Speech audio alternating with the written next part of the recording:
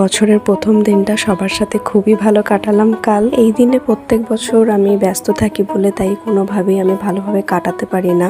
যাই হোক, এখানে যে স্যুটটা আমি কাল পরেছিলাম এটা আমি অনলাইন থেকে কিনেছি, স্পেশালি এই পয়লা বৈশাখের দিন পরবো বলেই। কাল কিছু ব্যস্ততা থাকার কারণে আমার 2 ভাই চলে গিয়েছিল। তারপর আমি আমার মাসির মেয়ে, ভাই আরো সবাইকে নিয়ে, মামা মামি, মামার ছেলে সবাইকে নিয়ে আমি দোকানে চলে আসলাম সন্ধ্যাবেলায়। এসেই দেখছি সবাই হাসি ঠাট্টা মজা সব শুরু করে দিয়েছে। এখানে তো বিশাল জমজমাট একটা ব্যাপার ছিল কাল। বলতে এখন যা ব্যস্ততার সময় কেউ কোনো অকেশন ছাড়া এখন কেউ আসতে পারে না আমাদের বাড়িতে।